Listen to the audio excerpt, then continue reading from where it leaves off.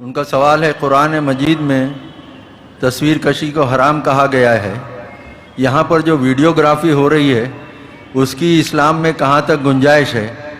کچھ لوگ T V کو بھی حرام کہتے ہیں، برائے مہربانی وضاحت کریں۔ ایک تو آپ کو مغالطہ یہ ہے کہ قرآن مجید میں تصویر کشی کو حرام قرار دیا گیا ہے۔ قرآن میں کہیں یہ حکم موجود نہیں ہے، بلکہ قرآن میں تو حضرت سلیمان کے بارے میں آتا ہے کہ ان کے لیے جو جنات جو تھے ان کی غلامی میں وہ تماثیل بھی بناتے تھے، مجسمے بھی بناتے تھے، تو مجسمہ سازی بھی حرام نہیں تھی اس وقت۔ اصل میں یہ حدیث نبوی ہے صلی اللہ علیہ وسلم کہ تصویر بنانا اور مجسمہ بنانا جاندار چیز کا وہ حرام ہے۔ اس وقت تک کیمرہ ایجاد نہیں ہوا تھا، بلکہ ہاتھ سے تصویر بنتی تھی۔ جاندار کی تصویر بن رہی ہے تو ہاتھ سے، مجسمہ بن رہا ہے تو ہاتھ سے، تو اس کے تو حرمت پر پوری امت متفق ہے۔ لیکن جب کیمرہ ایجاد ہو گیا تو ایک نئی چیز آ گئی نا، اس میں اختلاف ہو گیا۔ جیسے شاید آپ کے علم میں ہو، لاؤڈ سپیکر پر ہمارے بڑے بڑے علماء کا فتویٰ تھا اذان حرام ہے، خطبہ حرام ہے، اور فتویٰ کس کا؟ مولانا اشرف علی تھانوی رحمۃ اللہ علیہ کا۔ ایک نئی چیز آئی تھی، اس کے بارے میں ان کی رائے ہوئی، لیکن آج آپ کو معلوم ہے کون سی تھانوی مسجد ہے کہ جس میں اذان جو ہے لاؤڈ سپیکر پر نہیں ہوتی اور خطبہ جو ہے وہ لاؤڈ سپیکر پر نہیں ہوتا۔ تو نئی چیز کے آنے پر جو ہے یقیناً اختلاف رائے کے پیدا ہونے کا امکان ہے۔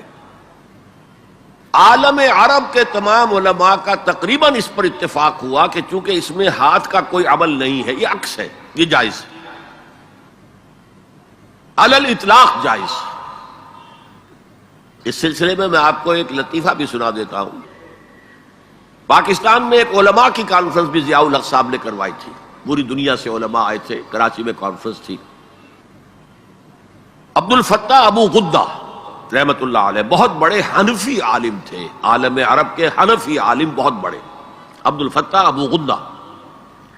اور یہ اصل میں جو عثمانی حکومت تھی ترکوں کی خلافت والی، اس کے میں جو شیخ الاسلام تھے ان کے شاگرد رشید تھے۔ تو وہ ان سے ملنے کے لیے مولانا محمد یوسف بنوری رحمت اللہ علیہ وہ گئے،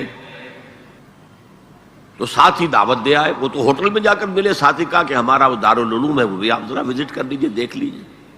وقت مقرر ہو گیا۔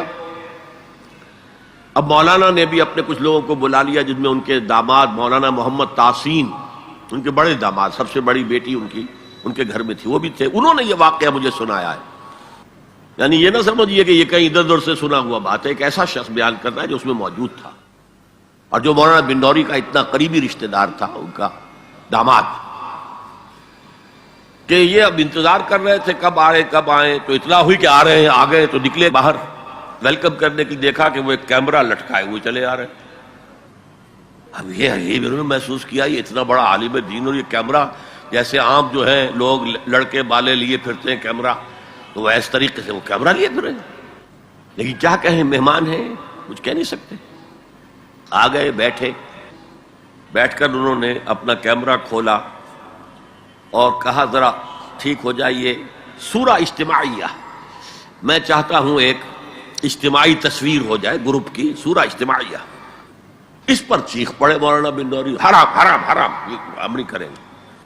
انہوں نے کیمرہ تو بند کیا، لائیے دلیل، حرام ہونے کی دلیل کیا ہے؟ جو دلیل انہوں نے دی وہ کاٹ دی، جو دلیل دی وہ کاٹ دی، جو دلیل دی وہ کاٹ دی۔ آخر میں مولانا بنوری کو کہنا پڑا کہ ٹھیک ہے یہ حرام نہیں ہے، لیکن یہ خلاف تقویٰ ہے۔ آپ نے کہا ٹھیک ہے، آپ اس پر قائم رہیں، خلاف تقویٰ ہے، مجھے اس پر کوئی وہ نہیں ہے، لیکن یہ کہ آپ حرام کہیں گے تو مجھے دلیل دینی پڑے گی آپ۔